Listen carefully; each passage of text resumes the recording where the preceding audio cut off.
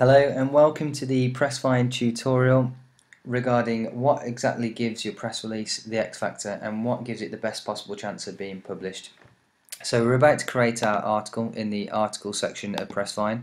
You may have it ready to copy out from a Word file into this template, or you may be creating it within the template from scratch. So you've entered the title, the body text of the article. This story's got a great hook, you're quite excited about it, you've built your distribution list for the story.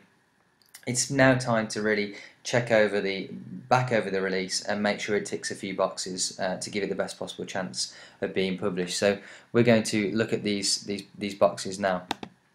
So the press release needs to be well written in terms of there's no incorrect grammar or incorrect spelling.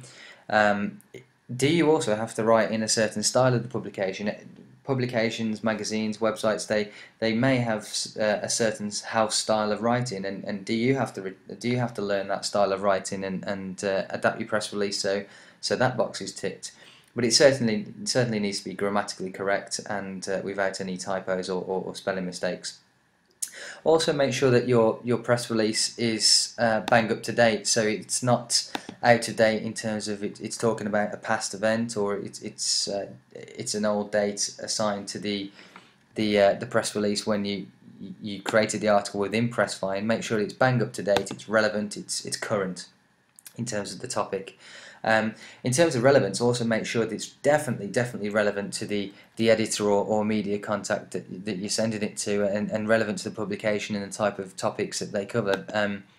But then again, that said, if you've listened to previous tutorials and you've done media distribution lists and created those per release, a good media review will already have that box ticked. I was speaking to an editor recently of a national publication who was telling me, you know, one of the deciding factors for her was that the press release rather has to have a good photograph attributed to it. So always make sure that you include top quality photography with the press release. Don't be afraid to get creative with the photographs, have fun with them. Get branding in there if you can as well for your company. Think about people in certain scenarios, people with objects, people with products. Really try to get the photograph reflecting the sentiment of the article, but also something that's eye-catching, interesting, engaging, and draws your interest to that photograph as well. The aforementioned editor really did go as far as saying that if a press release appeared in her inbox supported by a really impressive photograph, it will go a long way to putting it ahead of the other press releases in her inbox, which did not have good top quality photographs, but were also competing for that space. So the photograph that you assign to the press release could be the difference between the amount of space that it gets on the page, or even whether it gets published or not at all.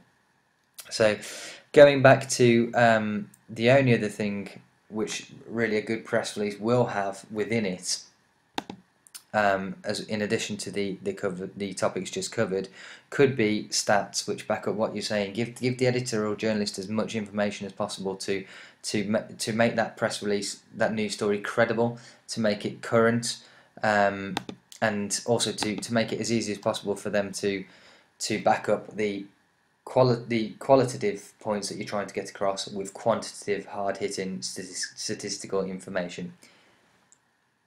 Okay, so now we've pretty much covered everything that makes a press release a great press release in terms of giving it the best possible chance of being published. In future tutorials, we'll look at the quality of the copy, the fact that content is king, and look at how we can come up with ideas, identify PR opportunities, identify ideas for press releases. So we'll cover those features in the next tutorial, but for now, good luck and thanks for listening.